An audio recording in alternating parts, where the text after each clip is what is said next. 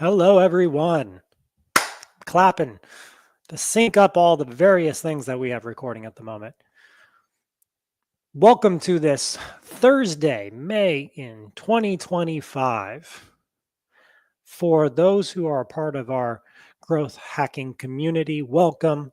For those, this is your first time getting exposed to our content, welcome. And as you come and join us and trickle in, let us know in the comments where you are. What place in the world do you reside? And I can try to make this oriented for you. Over the next, let's call it 40 minutes, we are going to unlock one of the secrets behind growth. And I will give us one more minute to kick off here. To set the stage for myself, I am in Austin, Texas, which seems to be the center of the universe if you listen to podcasts or pay attention to Elon Musk. Hello from Greece, Demetrius. It's a balmy, humid summer here in Austin. That's what it's like.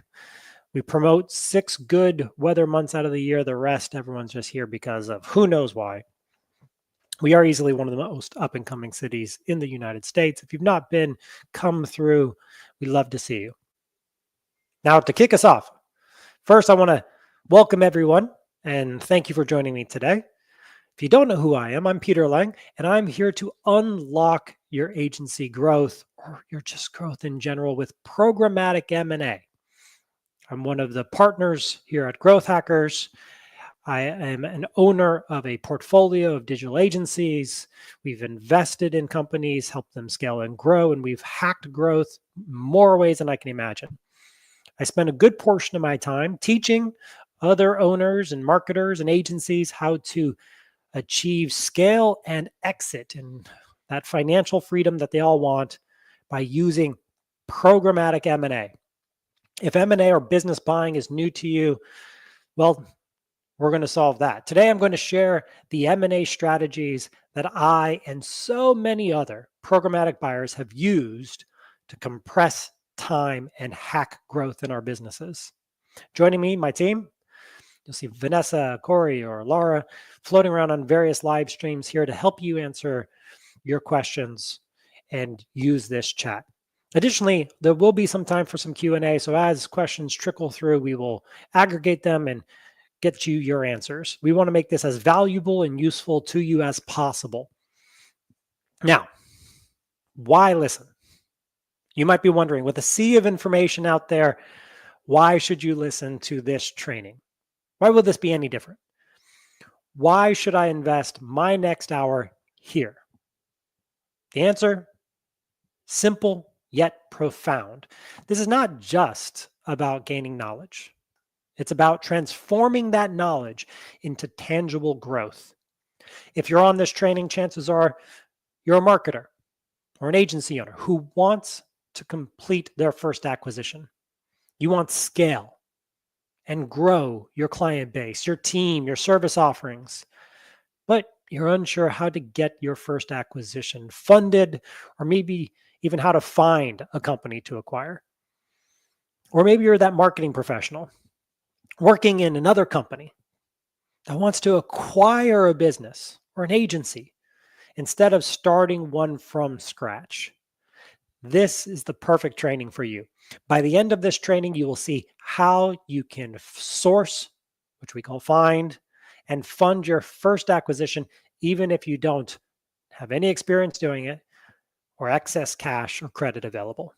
So my promise, if you don't want to lose money on failed attempts to hack growth or miss out on your first acquisition, and you want to avoid making mistakes that could cost you hundreds of thousands of millions of dollars, and understand this black box of M&A and business buying, stop everything, stop it all, and focus on this training for the next 40 minutes.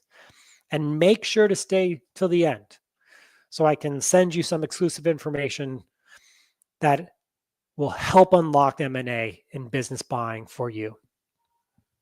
I host this great community. They're agency M&A masterclass alumni who have gone through and put in the time, who learned how to unlock growth by buying it instead of slow incremental efforts. And so for those of you who stick to the end, I'm going to share my step-by-step process on how we source, evaluate, and fund and close deals. And this is worth millions of dollars to every new entrepreneur that's here. Now, why should you listen to me specifically? That's why you should listen to this presentation. I've been where you sit. I've been in the agency business for over 15 years. I've built agencies from scratch and understand the struggle to make something from nothing. I know the growth marathon, the day-to-day hassles and joy, the long hours, the uncertainty, feeling stressed, and feeling grateful too. Like the years it takes just to cross 1 million, there's nothing fruitful about having an agency startup. Starting from nothing is hard, takes time, and most fail. Again, stay tuned to the end for a special invitation. I want to make sure everyone gets value from today and gets the offer that we have for you. Now, I've acquired agencies and rolled them up into a platform, changed their religion, new culture, new tools, new technology, new service offerings. I've also kept them independent and also completely integrated. I've spoken to over 3,000 agency owners since 2019 on what they want and how to help them get what they want through programmatic M&A. I'm also the founder of a boutique private equity firm. We've been buying and investing in agencies since 2022. And I've trained hundreds of agency owners and marketers and entrepreneurs on how to grow through M&A through my agency M&A masterclass. And I'm fortunate to sit as a board advisor to 4 active roll-ups. These were former students of mine who are using programmatic M&A to unlock growth. But first and foremost, I've been where you are now. Probably like me, you wear too many hats when you were the entrepreneur. Now you're the salesperson, the HR, the IT person, the janitor, the strategist for client services. And you struggle to delegate and to find people to share the load. And I know, like all of us, you want to grow, to scale. You want more prospects, more sales. Shoot, you might even be trying to invent something new, reinventing the wheel just to make that happen. You're building new systems and new sales teams to support it. At conferences, trainings, classes, you've been to so many, you probably earned 3 MBAs. You want to get to 5 million, 10 million, 20 million. And all of us have built a plan to get there in 5 years, maybe 10 years, 20, at least by the time you retire, if you get to retire. Slow, organic. How about a fast forward button? A way to make your 5-year plan faster than you imagined possible. Maybe an easy way to solve your growth problems. To transition from running in circles, reinventing the wheel, to being part of a rapid growth organization. To scale, unlock liquidity, and maintain control over your growth. Maybe, just maybe, the answer to all your growth problems is mergers and acquisitions. Maybe that's your key to success. I did an acquisition in 7 days. With that one deal, I added a year's worth of revenue. It also had a 25-plus-year-old agency domain with reputable backlinks and domain authority. Now, the agency we ran had consistent annual growth, 20%, But almost overnight, we doubled in size. With that one deal, we had twice the clients, double the revenue, and an extra 200K in the bank. Not bad for 7 days of work. It's fairly small compared to the deals we do now, but relative to where we were at, it shaved years of work trying to scale to that level. And after that deal was finalized, I thought, why the hell am I spending time doing sales and marketing? How much time have I wasted entertaining the tiny, incremental, slow, organic growth? I could find another agency that has 30% or 50% of our size and acquire them. You can solve every business problem and surpass every growth goal with mergers and acquisitions. It's my superpower and it can be yours. M&A is a fast forward button to your growth and exit. And wait, I don't have to hire more people to increase our capacity or build a more diverse workforce. I can find another business that has the right team and acquire them. And hang on, I don't have to go to conferences, trainings like this, read books and learn everything about business and growth. I can find a company that already has it, already is interested, and acquire them. I don't have to expand my offerings to meet demand. I can find another business that already offers complementary services and acquire them. Wait, I don't have to spend years establishing an esteemed reputation in an industry. I can find another business that already has that reputation and acquire them. In that moment, I made a life-changing decision. I'm no longer doing anything other than M&A. That's how you grow a company. Not by grinding it out to reach some 5-year goal, which we all know really takes 15 years. Not by trying to learn everything you can about every aspect of business. Not by taking 2 steps forward and 1 step back. No.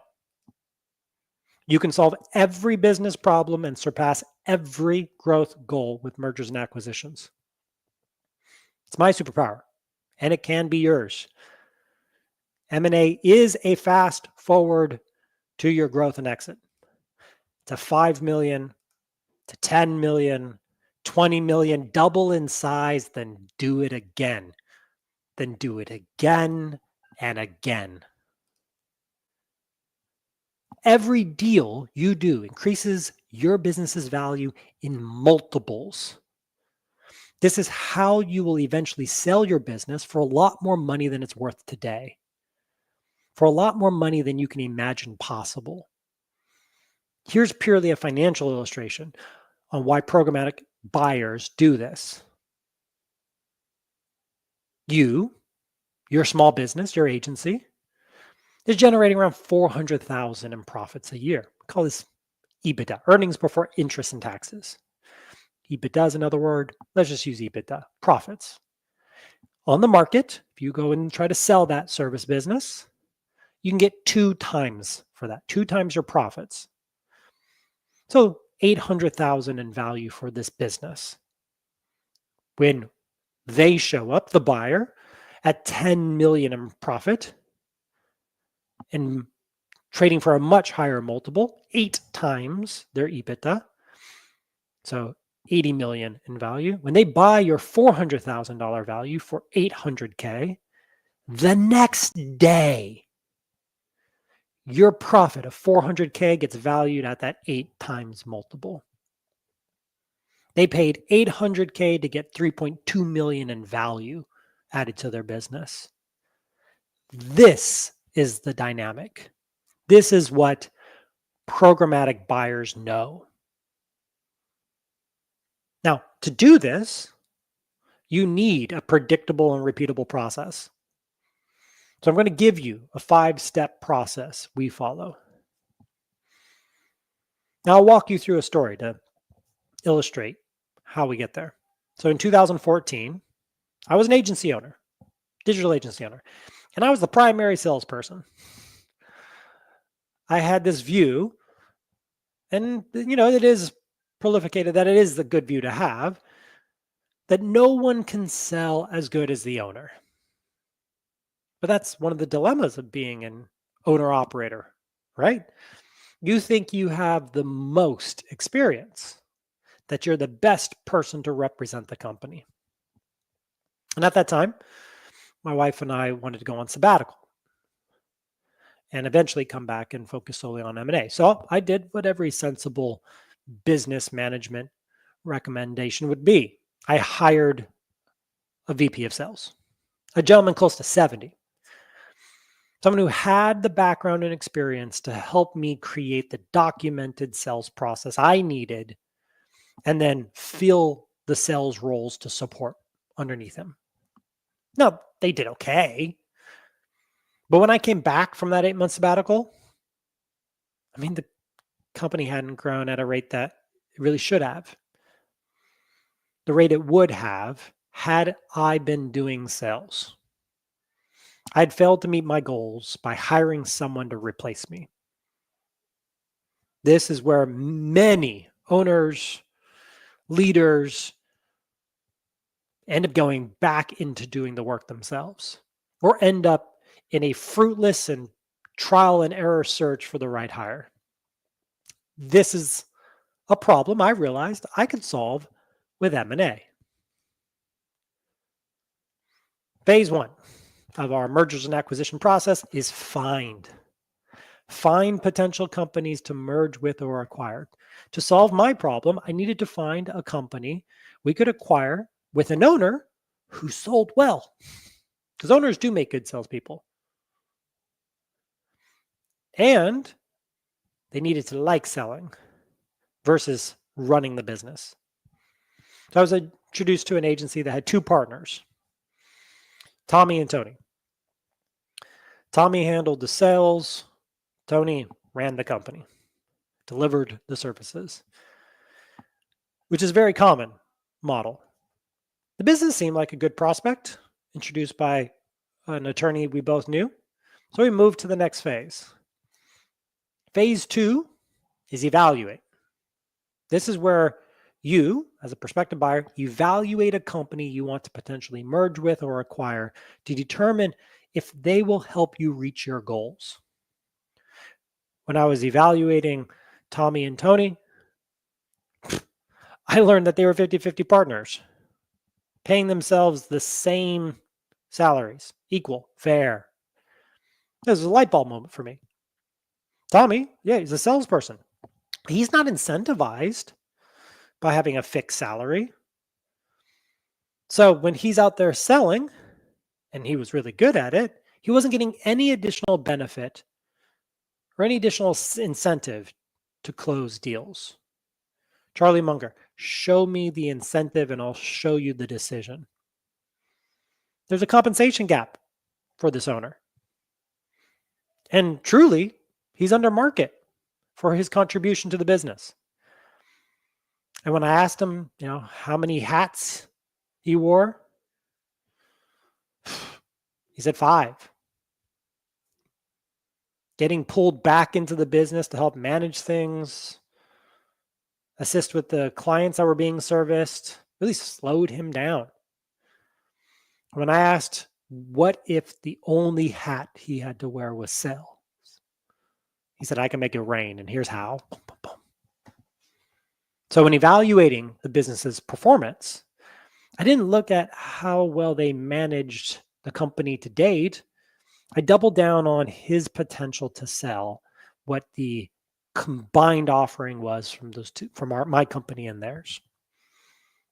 And I determined we had found a really solid prospect and moved forward to the next phase, structure. This is where you do what it says on the tin. You structure a deal. Ultimately, when you buy a company, the owners want to know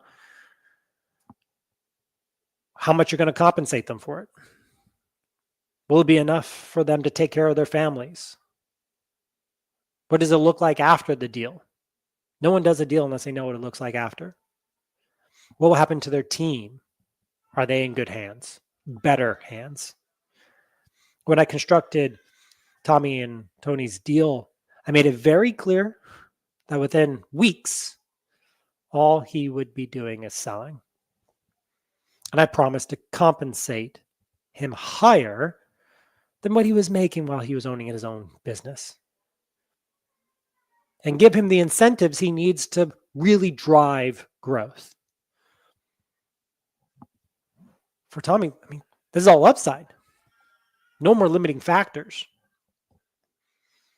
And for Tony, it's a win because there was so much partner friction between the two of them that it was really hard for him to continue to develop and be energetic about providing value to clients.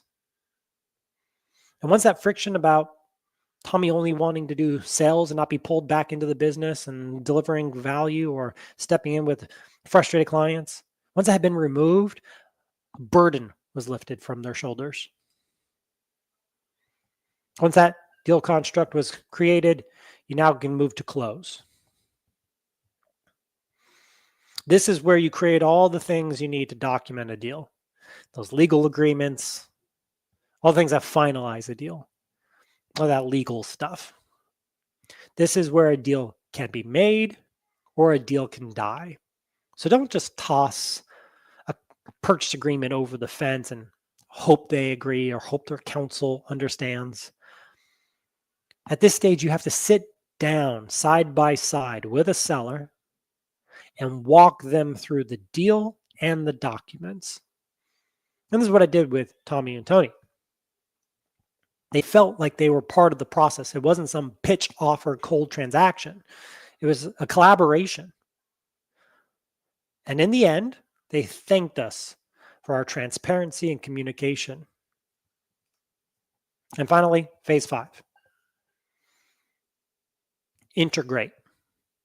This is the phase when you integrate the company you merged with or acquired. This process can take a few months or longer, but it's easier if you've done your due diligence in advance. It took 6 months to get Tommy and Tony fully integrated into our company. And he was leading sales, and he was the outperforming salesperson for many years in a row, and outperformed my historical sales contributions. Problem solved. If this M&A process feels overwhelming to you, that's normal. There's absolutely no reason you would know this process or how to do it. When you started your business, M&A wasn't something you had to learn. You're just thinking about how to get clients, how to position yourself in your industry, how to set up systems. You didn't know how to do any of those things, and you learned. Now it's time to learn M&A. You can move into this next step, this next phase of life. It's a learning process, but none of it is rocket science. Sure, you need a few deals to get the hang of it. And yes, you should learn how to do each step. The process, though, is a logical sequence. You can learn it. And once you learn the M&A process, you can do it over and over again. Once you have a few deals under your belt, the whole world opens up for you. There's no disruption from AI. There's no looming threats of any industry or sector. You're at a transcended state of capability and skill set above all of that. Now, funding deals is a big question a lot of people have. So I want to make sure I unpack this for you. Funding a deal, so how you pay for it, and the options available to you are based on the deal. It's not some one-size-fits-all solution. So what should your first deal look like? Well, first, here's my Lang Acquisitions first deal rules. Its objective is to enhance the probability of successful acquisitions, maintain organizational control, cultural integrity, and realize the intended deal thesis.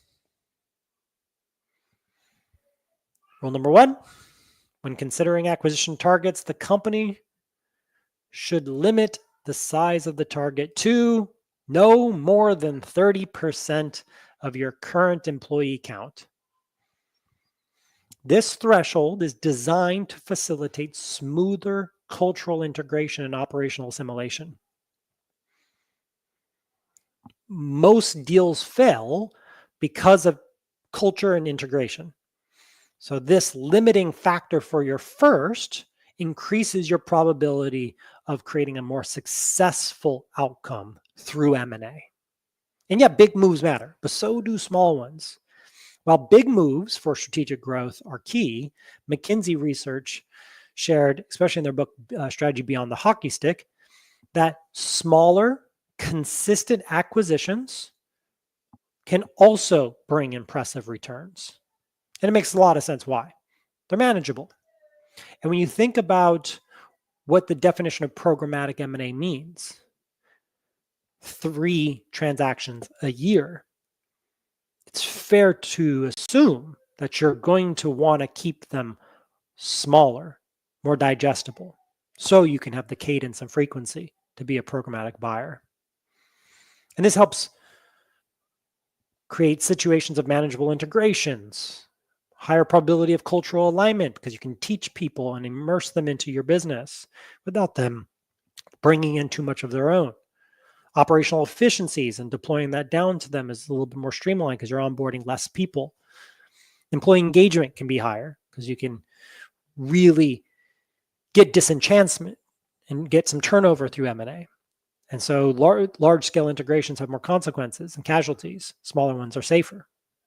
And by keeping it small, you have a more strategic focus.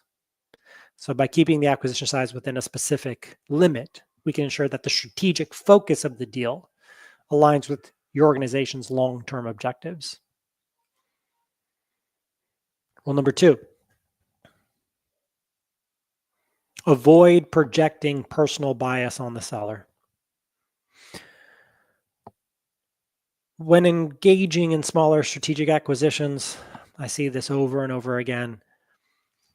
Buyers or future buyers project their own preferences or assumptions onto the seller or their company. They say things like, well, I wouldn't accept a deal like that.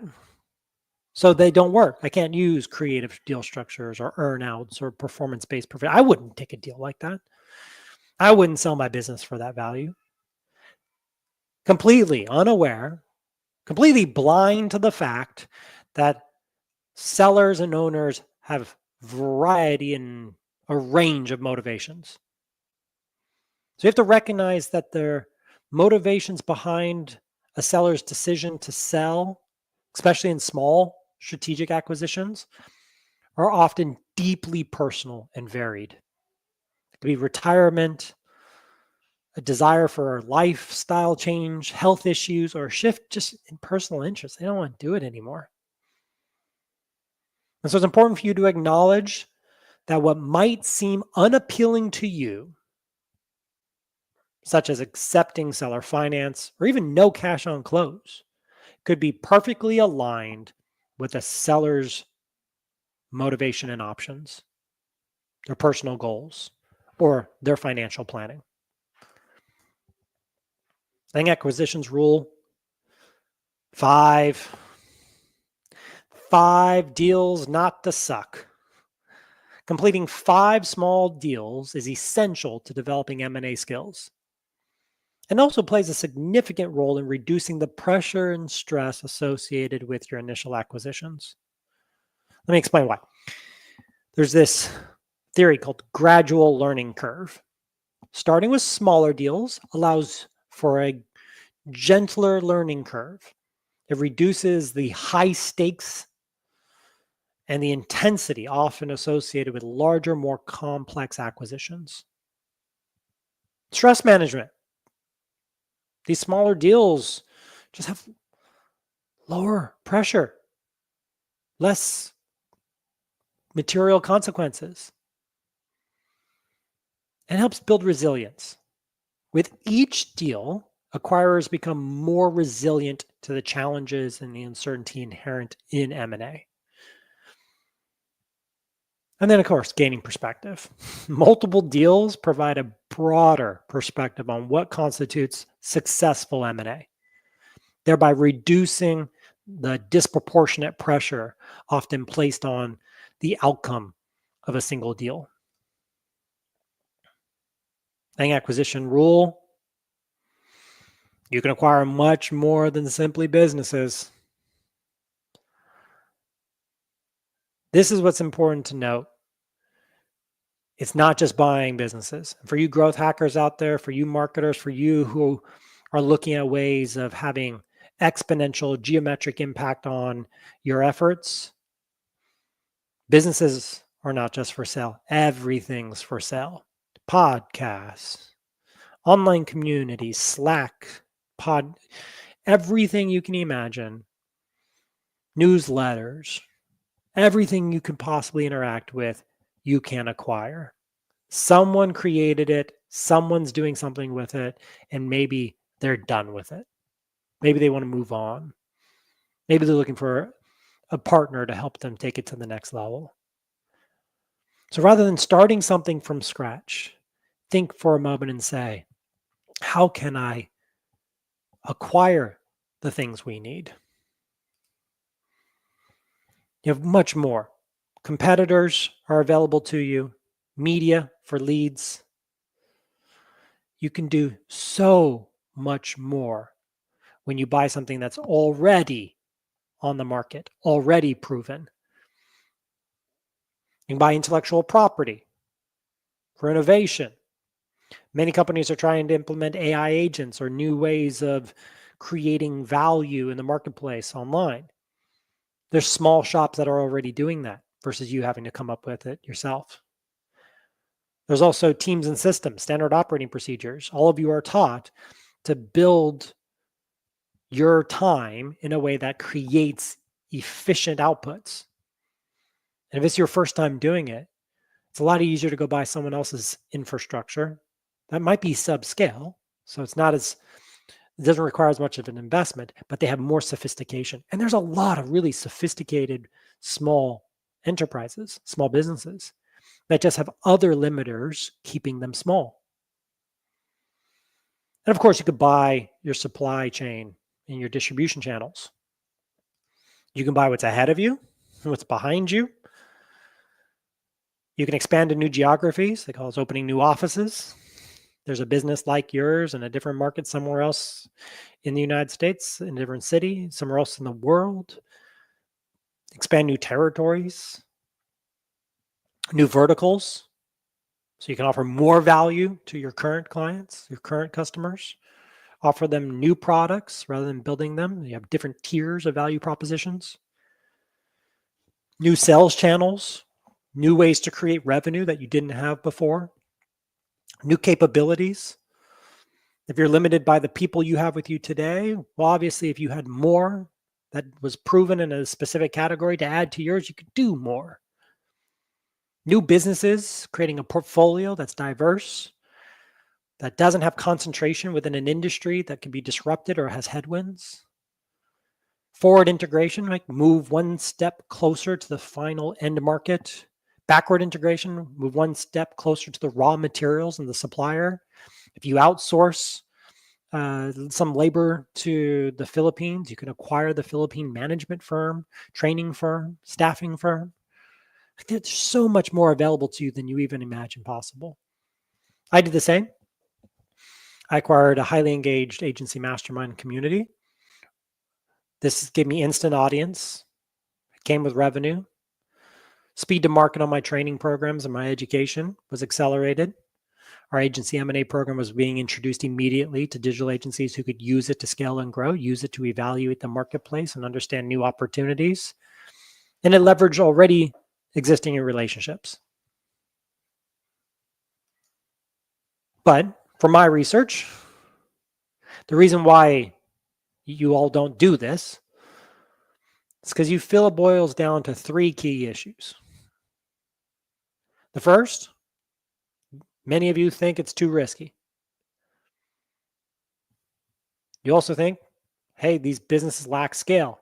And 3, you might not feel liquid, have the cash available. And that's the reason why a lot of business M&A is ignored by the global investment community and by operators and marketers like you. And that's why there's more opportunity for you. More opportunities for growth, more opportunities to solve your problems with mergers and acquisitions. Now, what should your first deal look like? Well, it's important to understand the arbitrage. Arbitrage is buy low, sell high. In the world of M&A, which has been labeled private equity, which is the buying and selling of private businesses. That differs from trading stocks, which are public capital markets. In the private equity space, or the private business space, businesses trade and go on these thresholds of growth. Small businesses, Main Street businesses, we say here in the US, trade for a smaller multiple on the profits they generate. Now, keep in mind, a small business, if you're in the US, SMB, especially if you use the federal definition, is 500 employees or below. And 50% of the GDP is made up of small businesses. 70% of that is baby boomers, significant category of asset ownership. Now, another label we use is SME, small to mid-size enterprise. Those two kind of fit in this category. A step above that is this middle market. Now, middle market essentially means more established, bigger company. And when you hear about transactions, you do hear a lot of transactions at the middle market from a private equity perspective. And these businesses trade, 7 to 10 times their earnings, their profit. And then you have capital markets. And as of today, the S&P and many capital are trading at 20 plus times earnings. I mean, inflated. So I won't get into investing and stock evaluations, but high value. The markets are overpriced, if you've heard that recently here in 2025. But let's just use capital markets at its more baseline multiple, 12 times earnings.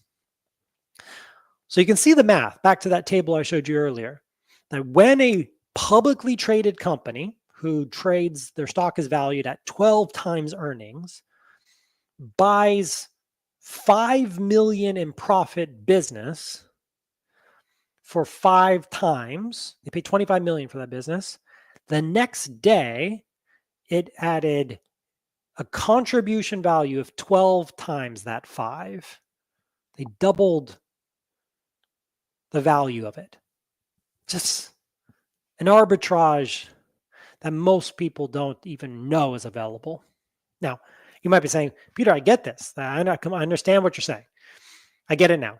I am a believer and bought in. But how do I pay for these things? Okay. Well, we have a thing called funding quadrants. And this simplifies how deals get paid for. And there's 4 primary sources of funding. So asset, these are accounts receivable based lending. So you take the existing assets or that are on the balance sheet, or AR, so accounts receivables, and you go to someone and they give you a loan based on that value to fund a portion of the deal. Then you have equity. This is coming up with your own cash or cash from investors, bringing on people to be equity contributors to this opportunity. right? Or use your own balance sheets, fair. Then you have loans. In the US, we have an SBA program. So the Small Business Administration offers an acquisition supportive position, which is essentially a bank that wants to offer loans to individuals to go buy a company. The government will back them, guarantee the loan, protect it, so the lender feels more comfortable giving out that money.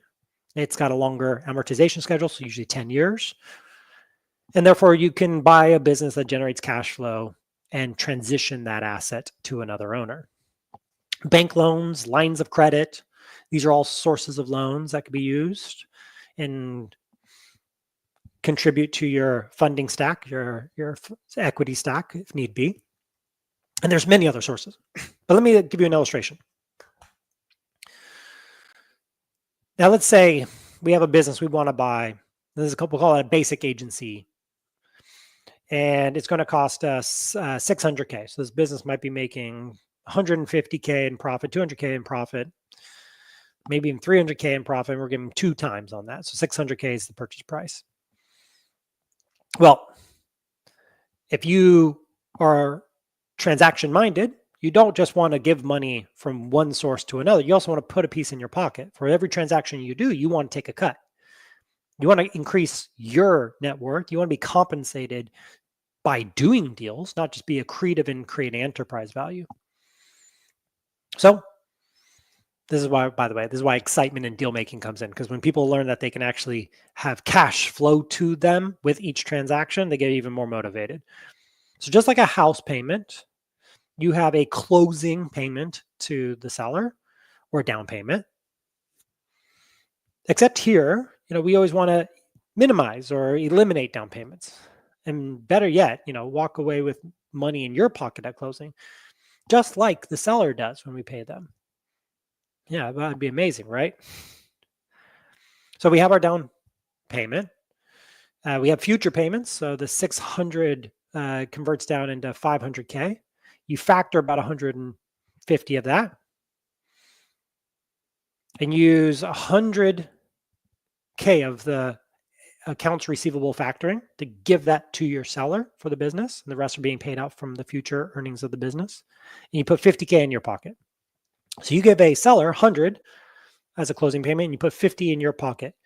You use the loan that you put on the business to put money in your pocket today, and you use the business to finance and pay off the performance of it. You may go, but they're just using the business to pay off the seller. Why wouldn't they just keep the business? We'll just realize that the vast majority of businesses that are for sale don't sell. That's 80% plus. Even that have someone actively sourcing prospective buyers, they don't sell. And so when someone finds a good fit, somewhere where the business can find a good home, and they're done and they've been trying to find a good home for a while, they take better buyer terms. And we have 2 powerful funding strategies for smaller acquisitions, especially in service firms. And anything that would be asset light businesses. And in the agency world, the creative world, and in the marketing world, we love sharing risk of uncertainty of the future performance of the business. And we love seller financing. This is where the seller holds the note. It could be a promissory note. So, you may be thinking that's wishful thinking, since it's pretty uncommon, say, in real estate or other areas, and you're not familiar with it. But not so in business acquisitions, especially in markets where we don't have the SBA. SBA is a US program. Other locations around the world don't have the government backing business banks to give loans to buy cash flowing companies. And for a frustrated founder or a burnt out person whose net worth is tied up in the company, these gradual payments that the business can give them is the closest thing that the majority are going to get as a steady payout or income, kind of like an annuity, to get out of a business. Now, the owner may want to keep some equity to de-risk it, or have a split or rollover to get the next bite of the apple if you're trying to buy this to build it up and sell it. Now, not decrease the purchase price, but there's lots of ways to defer some form of purchase consideration, payments, based upon agreed upon benchmarks, making sure that the business meets its future expectations. And then the other most powerful way, earnouts. It's controversial. I have a podcast, Agency Acquisitions and Exits, where I talk to my community. I talk to my friends who have exited and sold, like I have, talked to the people who buy. And some people are like, I am against earnouts. And then others why I thrive in earnouts. So Agency Acquisitions and Exits on YouTube, highly recommend you listen to it because you'll hear different perspectives. Like I said, every deal is unique and the way they get structured from a financing or funding perspective is unique to them. Now, an earnout is where you get paid based on the performance of the business, and it's provisional, conditional, means it has to happen or they don't get it, which de-risks a lot of things for the buyer. And again, depending on what seat you decide to wear, you'll take the position that, you could potentially get screwed one way or another. So just quick note on it so you have it available. I'll leave it up for a second. Just realize seller financing is using the person selling the business as the individual loaning the money versus going to a bank. Now, the seller doesn't get all that cash, but if they're confident in their asset, they're confident in their business, and they know it's going to perform for the next buyer, they're probably going to be confident in it performing for them. And that de-risks it for the buyer because then they don't have to go to a bank who can potentially not be happy if there's a epidemic that makes it very challenging to run your business, and they may not want to negotiate adjustments to their payments. But a seller who's carrying the note may completely understand and want the business to thrive, want the people to keep their jobs, and adjust and calibrate accordingly. It just gives you much more of a psychological edge in a deal and in the ongoing management of the business. And yeah, it's treated like a loan, so there's kind of interest associated with it for it to be fair and equitable. It sits on the balance sheet as an amortizing loan note. It can have a lien on the business, so if there's payments not made, the seller can take it back. So there's a lot of ways it can be done smartly. And earnout, not too different. This is contingency payments. It's not guaranteed. And there's some different tax treatments on what's classified as guaranteed purchase consideration and non-guaranteed purchase consideration. If it's non-guaranteed, in many regions, they would say, of course, you're not taxed on that. In some regions, they treat the guaranteed value as something that's taxable, even if you haven't yet realized it. So be sensitive to jurisdictions when evaluating these types of options. So keep in mind, it doesn't sit on the balance sheet, so it doesn't show as debt on the business, which is very helpful if you're using alternative forms of lending or banks to add more opportunities for investment in the business. So earnouts are kind of hidden from your debt service coverage ratio. You still need to account for that money going out, but it helps you in establishing different lending relationships and funding relationships. It could be a bonus. I mean, essentially it's a bonus. The company does what you said it was going to do. It outperforms some measure. I'm paying you for that. And it's always based on performance, not some revenue target. It has to be off of what you can generate as real value creation, which we think of as earnings, the cash flow a business generates. And yes, you can use revenues as a target, but not as maybe a threshold of payment. You typically would want profits or EBITDA, earning before interest, depreciation, amortization, taxes, or free cash flow. And I've seen it tied to gross profit as well, depending on how the business is managed after the fact. It can be tied to events or thresholds. So new clients won, contracts maintained, net revenue, understanding that there's a migration to the new business and they want you to be incentivized for that. And of course, team. If the whole team is required, which in a lot of businesses, that's the case. A lot of your assets in service businesses go home on Friday, and you hope they come back to work on Monday or log back in on Monday in a remote world. And so there's a lot of uncertainty. And keep in mind, like I said, they have no impact on debt service coverage ratio, a lot of things that banks or lenders want to see. So it's advantageous if you're trying to grow through M&A to use earnouts as a way to mitigate being over leveraged, putting the business in a risk profile that could potentially be less interesting for traditional lenders. Again, it's a highly debatable subject, but they're also very useful when there's a discrepancy between what someone wants to be paid for a business and what a buyer is willing to pay, especially when it's a good culturally aligned strategic fit. Now, I have a few examples with that show deals. I'm going to just keep them on the screen and give them 2 seconds of highlight each, which is essentially there is an acqui-hire deal. This is one of the most important things I can teach you. So I keep it at the end for a reason. Because right now I have hopefully believers here. I have a group of people who are committed to thinking, how can I solve a business problem with an acquisition versus starting from scratch? What can it do? This was a development team. For acqui-hire deals, which this category fits under, this size of business, this is revenue $450,000, profits below $100,000. You can come up with the value of the business, but how do you pay for that value of the business? Well, it was paid as an earnout consideration, meaning just as if the team that was there brought in a book of business, they got a commission. And that commission was either capped or had no cap, depending on the duration of their tenure in the business. So there's a 5% commission off of all the business that came in and every year after that. So it was a fixed value, but with an ongoing consistent upside. So the purchase consideration could be closed at $127,000, but they could continue to earn in the form of income.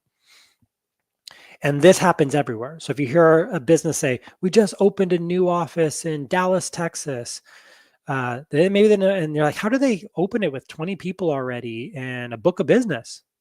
That's an acqui-hire potentially, just like this. An individual brought in their team of 3 to 5 people. They already had clients and they built a construct that was more commission on the book of business versus an actual transaction. Happens all the time. Just keep in mind, a lot of people don't go on social media and say, yay. They say, I joined this company. We were absorbed by this company. Because the big world in M&A has these announcements of 100 million exit value, 20 million for my business, 8-figure exit, 9-figure exit, 10-figure exit. You have all this noise that rightfully so is worth attention, that it kind of washes out the vast majority of deals. 80% of deals are mergers, are 2 businesses that just decided to come together. There was no cash exchange. They just joined and became bigger, created more value, solved problems that the other business wasn't able to solve. These are these small strategic acquisitions.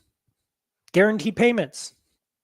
Just a simple deal construct where the owner wanted to leave and wanted consistent payments while their other business that they had gets their attention because they kept getting pulled in.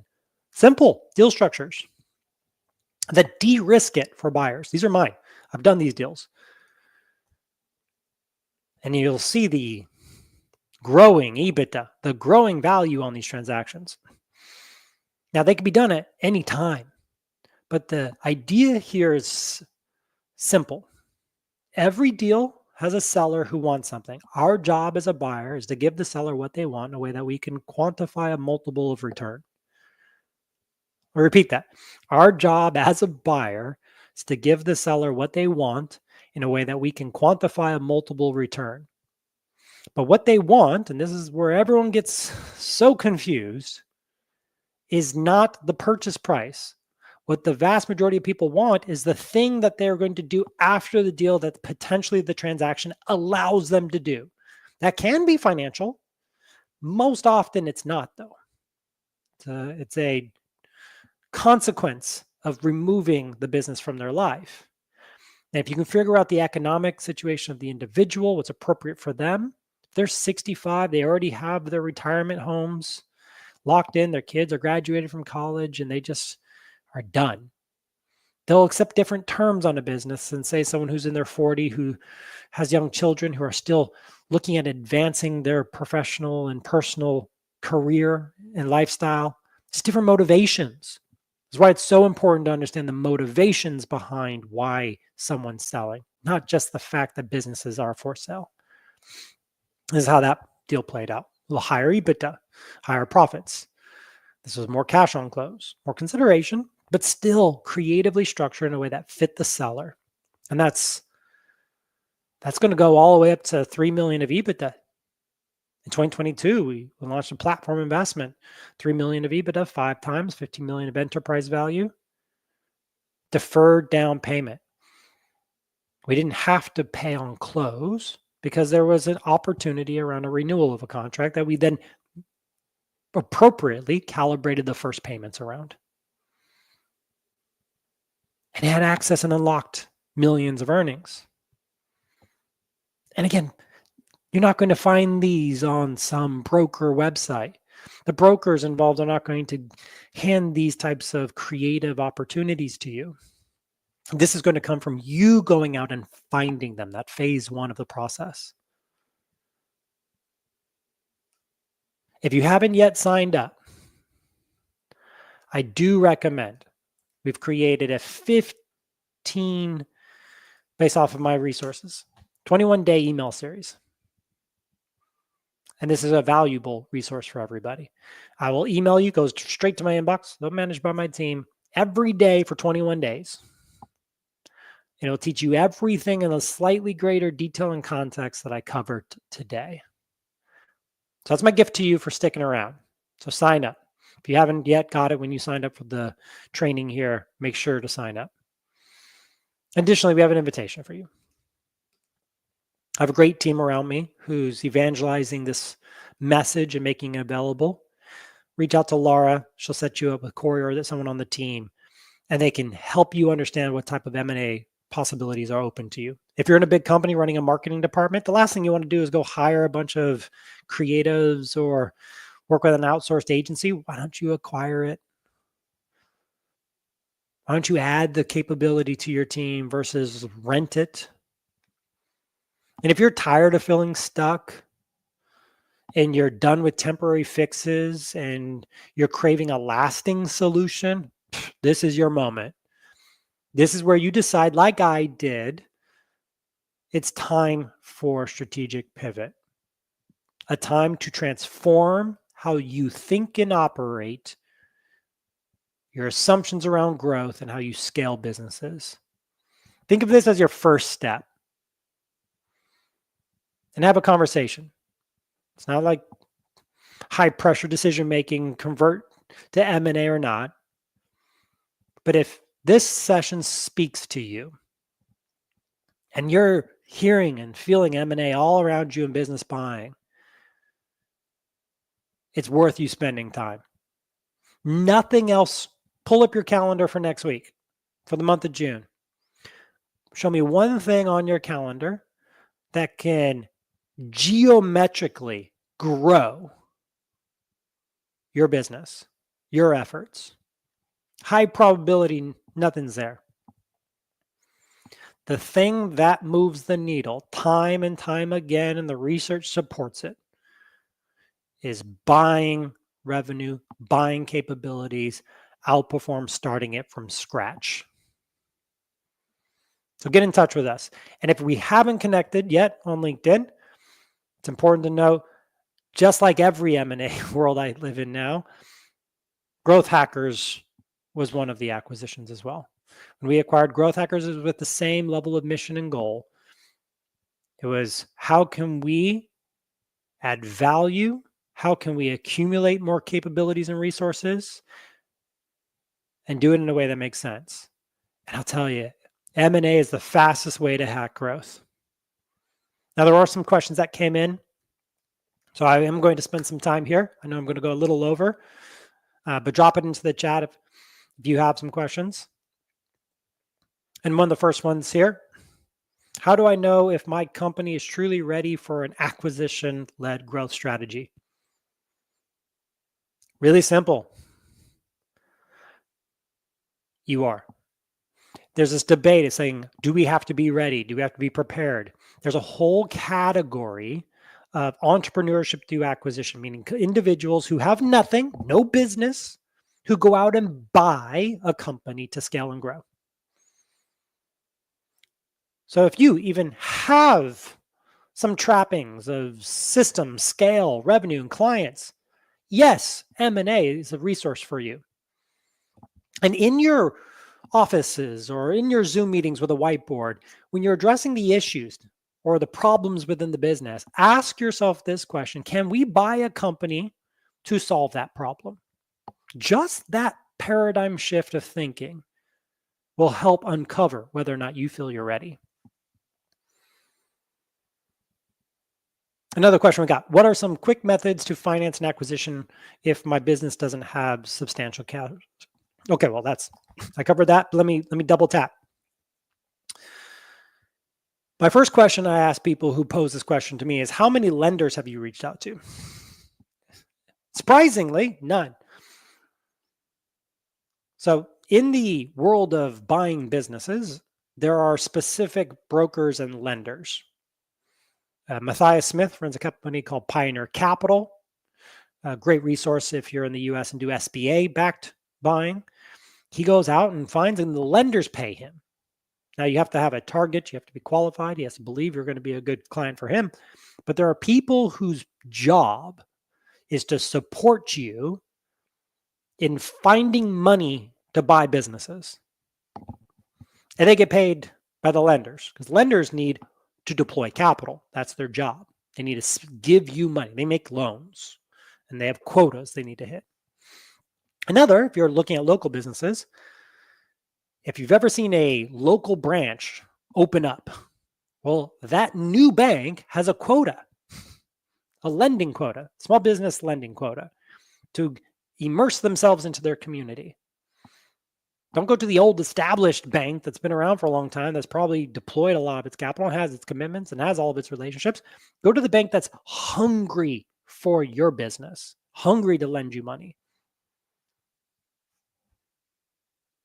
Another good question: what's the typical timeline for this process? Well, if I were to share the entire process, I do teach this in my agency M&A, my mastery course. Deals can be done in 30 days. I said 7 days was my deal. It was a full effort. But 30 days, 90 days, they can be elongated to 6 months. It all depends on the complexity of the due diligence, the size of the business, the complexity of the one you're looking to buy, and how much planning is needed to properly integrate it. And that planning should happen. Due diligence is just preliminary integration planning. Like the things we look in the business help us prepare and plan for what to do with the business. So it can typically range. Great question. What are the common integration challenges post-acquisition? There's a whole slew of them. Let me be clear. M&A is messy. Putting two companies together, messy. But within that mess is so much value. And there's skills to it. So if you've joined my 21 day, you'll get a lot of direction on how to address these. You'll also hear about any live trainings we have and cohorts that go in more in-depth detail about how to intervene, how to improve your business through an M&A process. And the secret to programmatic M&A is easy. It's about building an M&A program. And this is where I get to the end of our time together. An M&A program means you have a specific team and initiative within your company. It's not cyclical, team and initiative whose focus is inorganic growth. Their job is to add 40%, 50% growth to the company through M&A or more a year. Compare that to the organic growth team, which is your sales and marketing team, who's trying to add revenue 10%, 20%. Combine those two, and you don't have a ceiling. Combine those two, and the market will deem you extremely valuable. So much so private equity knocks and says, this is too valuable. You don't have enough experience to run a system like this. We'll buy it from you. We'll take it from here. So I hope in this short amount of time we've spent together, you've learned a very important question. When a problem presents itself to you in your departments, in your professional life, in your business, in your agency, you ask yourself, how do I solve this problem with mergers and acquisitions? By doing so, you will unlock and hack growth in a pace and at a scale you've never imagined. Thank you, and we'll see you at our next training.